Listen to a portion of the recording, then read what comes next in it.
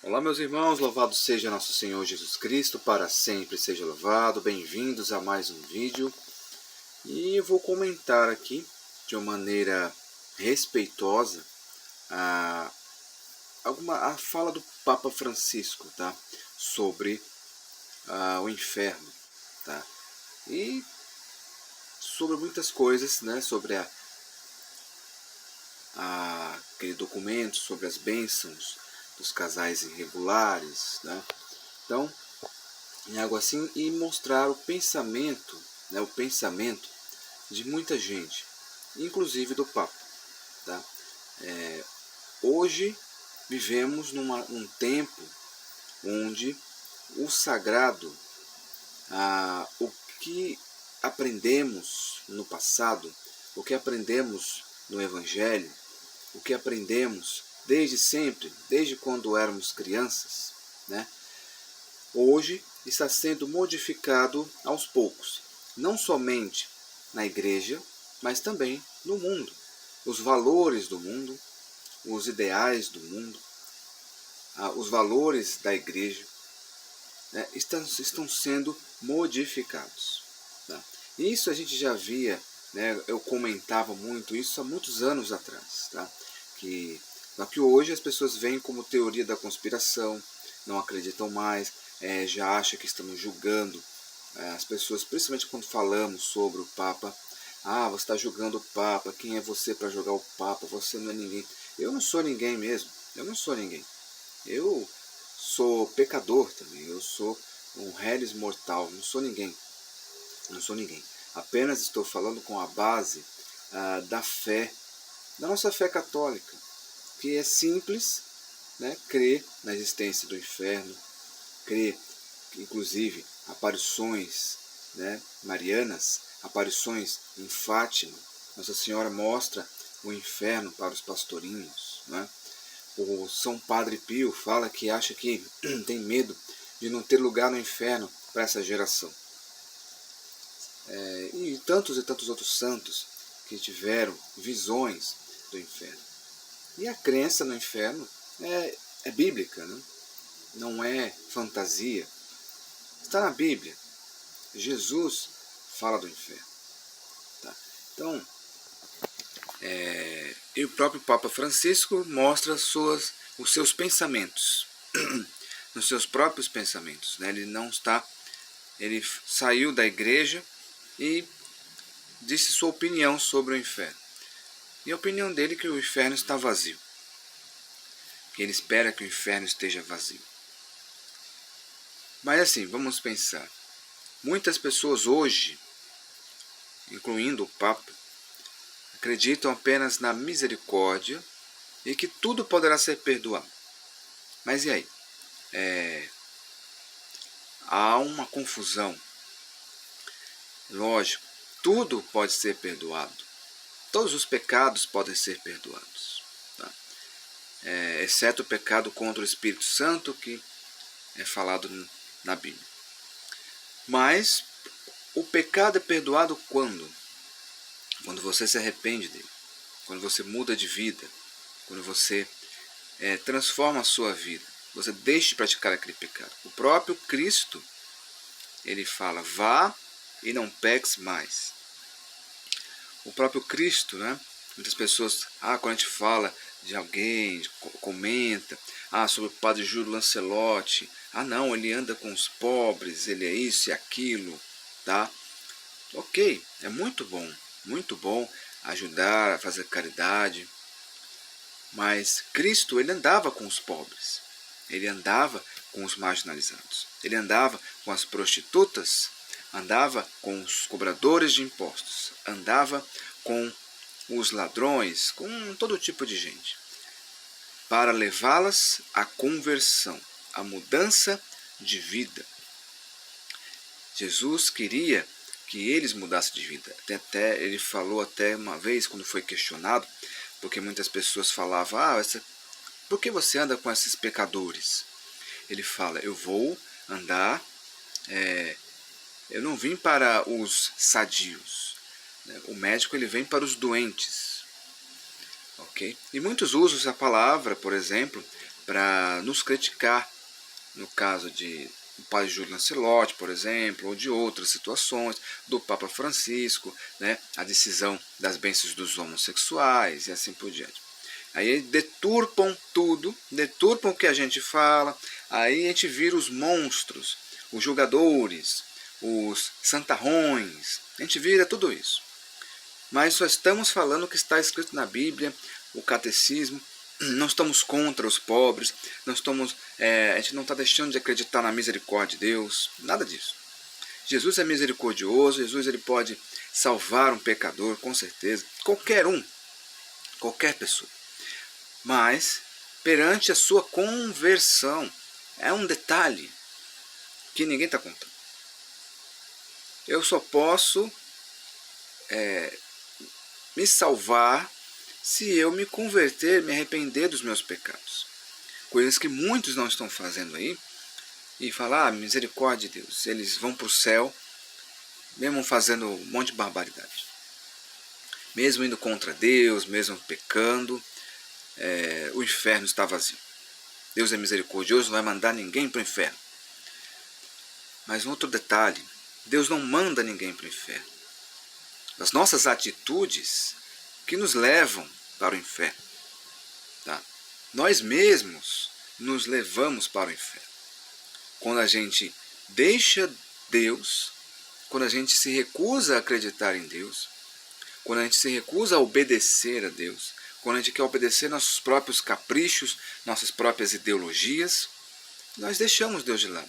As pessoas não estão perguntando para Deus mais, por que estou fazendo isso? Eu posso fazer isso? Não tem mais discernimento, não tem mais o silêncio, falar assim, olha, vou conversar com Deus aqui na minha oração, para ver se é isso mesmo. Não, é a minha ideologia, o que eu acredito. E o pior, que muita gente influente, católica, usa a sua ideologia para pregar. E muitas vezes essa ideologia é mais cômoda, é mais gostosa, é uma ideologia boa. O inferno não existe, é apenas uma ideologia. O demônio não existe, o inferno está vazio. Aí é mais confortável para as pessoas. As pessoas, nossa, não existe, Deus é muito bom, eu vou ver a minha vida. Essa ideia do inferno vazio também vem muito do protestantismo. O protestantismo acredita no inferno, mas não acredita que ainda existem, que já existem pessoas lá. O protestantismo ele crê que as pessoas, pelo menos grande parte, a grande linha, né, protestante, acredita que os mortos estão dormindo, tá? Que eles não vão para lugar nenhum até o juízo final. No juízo final, aí decide-se quem vai para o céu e para o inferno. Tá? A crença protestante é assim. Só que também tem aquela coisa, não se fala muito de santidade, né? Aí você não é digno de nada, você apenas crer em Jesus, porque o único santo vai ser Jesus, o resto não chegará à santidade, você e vai para o céu porque você crê em Jesus e vai para a igreja deles. Em muitos casos, muitas linhas são assim. Mas não é bem assim, não é tão simples, as coisas não são tão simples. Né? Você tem que se converter, você tem que buscar a Deus a cada dia. Perfeito você não será nunca. Você vai ser perfeito no céu. Jesus é o exemplo do homem perfeito. Jesus é o exemplo. Ele deu o exemplo do que nós temos que fazer. Os sacrifícios. Né? Ele foi o exemplo. Ele abriu a porta do céu para nós. Antes, ninguém iria para o céu. Mas através de Cristo, nós merecemos o céu. Mas ele comprou nossas almas por um preço muito alto. Então o negócio não é brincadeira. Nós não estamos aqui a passeio. É muito sério. Tá? As pessoas levam na forma leviana. Cristo, para poder a gente ir para o céu, existe muita coisa. A gente precisa lutar, se converter, deixar muita coisa para trás. Assim como Maria Madalena fez. Era uma prostituta. mas deixou aquela vida por Cristo. Cristo vai, não peques mais.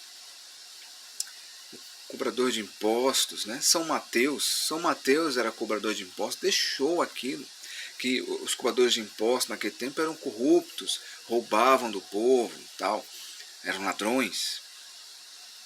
Mas São Mateus se converteu. São Paulo era um assassino de cristãos, mas ele se converteu. Era perseguidor e passou a ser perseguido. Então é a conversão. Não estou aqui julgando o Papa, não. Mas assim, o Papa, e assim como qualquer outro sacerdote, tem que expor o que a igreja acredita, o que a igreja crê, os seus dogmas. Não expor as suas próprias ideias. Isso estando dentro da igreja ou fora, numa entrevista, num avião, tem que ter a mesma postura. Isso causa confusão. Isso eu falo de uma maneira educada. Eu não estou aqui para atacar, condenar o Papa. É entre ele e Deus. É ele e Deus. Eu não tenho poder de nada. Eu não sou nada. Não sou ninguém. Mas o Papa ou qualquer outro padre tem que falar o que está escrito na Bíblia. Tem que falar de Jesus, o que Jesus disse, não o que eu penso. O que eu penso não interessa.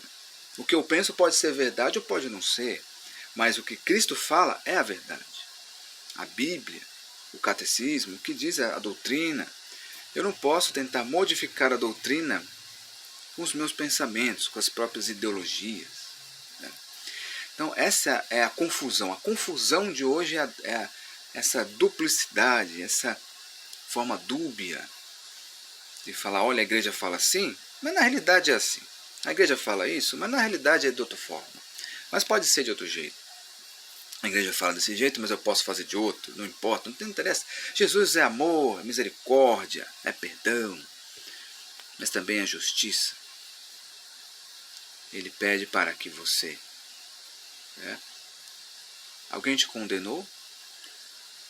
Eu também não te condeno. Vá e não peques mais, não volte a pecar. Você tem que se arrepender dos seus pecados. Não há nenhuma passagem bíblica de uma pessoa pecadora que não se converteu quando falou com Jesus. Se converteu. Ok? Eles se converteram. Os grandes santos da igreja, os apóstolos, eles se converteram. Só vê a história de São Paulo, São Mateus, São Pedro.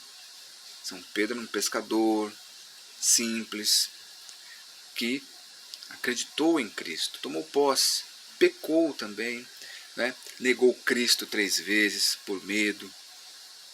Cristo o perdoou, porque ele se converteu e ele voltou a estar na graça do Senhor. Então essa é a realidade. Então hoje vivemos nessa confusão por conta da falta de fé, da apostasia e da ideologia de fora, as ideologias do mundo dentro da igreja, que já quer modificar, modificam sem modificar, mas na prática modificam. Nos documentos, no documento está aqui certinho, bonitinho, mas na prática já é outra história. Então isso, que Deus abençoe vocês e até o próximo.